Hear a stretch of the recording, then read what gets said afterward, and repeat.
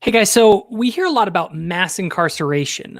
One of the best books on this is by Michelle Alexander. It's called The New Jim Crow, which talks all about kind of systemic mass incarceration of Black people and all the effects that it has and all that. Well, there's some problems here with that narrative, okay? The narrative is basically that what happened was they decided to have this war on drugs, and they went after all the Black people that were doing drugs. Blacks and whites do drugs at a similar rate, which is true. But all the Black people got thrown in jail, and it messed up their whole society, and it's this big problem, right? Well, that's great. Let's look at the actual data. Okay, let's actually take a look at who's in prison and see what's going on. So we're going to focus on prison specifically because jails are kind of temporary. They vast amount of those people are there just temporarily until they get convicted or released. And then amongst the convicted and even the federal prisons and jails, you're going to see similar percentages. So we're just going to focus in on the state prisons here, and specifically, you'll notice. Wait a minute here. Drug possession, 45,000 out of 1.2 million. Okay? Only 3% of people in state prisons are there for drug possession. Now, if people want to say, hey, let's let them go, fine. I don't know exactly what's going on. That's great. But that's only going to reduce the prison population by 3%. Okay?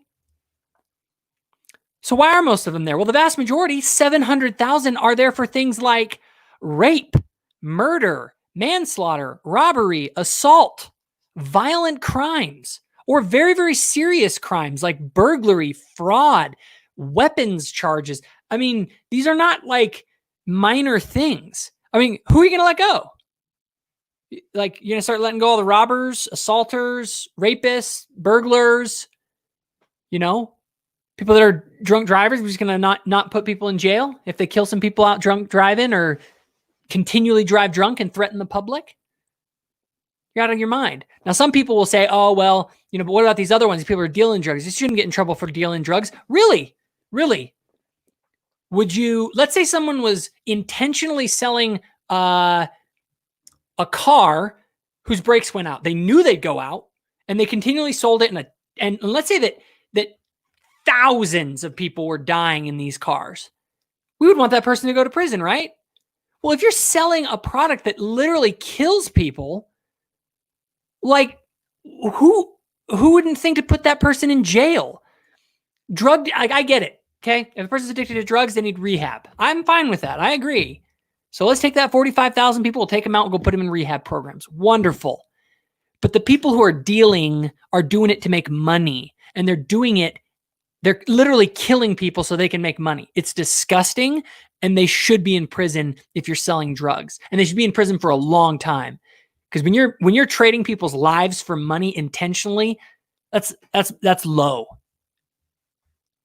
Now, the other thing I want to look at, there's a really great article, interestingly, in Mother Jones of all places, which is not a conservative outlet.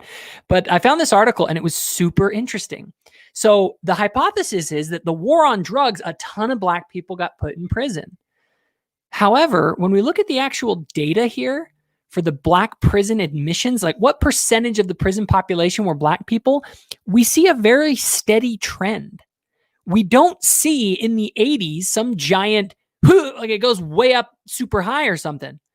They stay fairly consistent over time with the amount of people in. And now it's actually been dropping. It's been dropping ever since the 90s. So this narrative that, okay, they had a bunch of, all of a sudden all the Black people got locked up. Not really. From 1970 through 1990, you have a pretty flat, maybe modest increase. It looks pretty flat to me. Somewhere around, let's see, 1970, you're looking at around 40% of the population. And by 1990, 43, 45, maybe. So not some giant spike in the number of African Americans who were in prison during the drug war.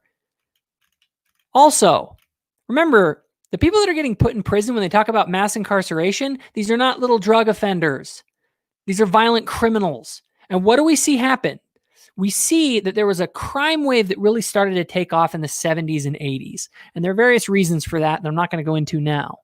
What happens is things go up, and as they see it going up, they go, okay, we need to really start being aggressive on crime. And so in the 80s, they really start to lock people up, into the 90s, and we really start to crack down on crime. And what happens as we begin this crackdown from the 80s to 2000, and we begin to lock up bad guys, all of a sudden we see the crime rate decrease. It's almost like if you start to go out and enforce the law and you start to lock up all the bad guys aren't out there in society committing crimes, and your crime rate comes down. So when people complain about the police being out there and being all aggressive, just remember that while there are some cops that do bad things, they break the law, they don't follow the constitutional, or they don't respect the constitutional rights of the citizens. That does happen.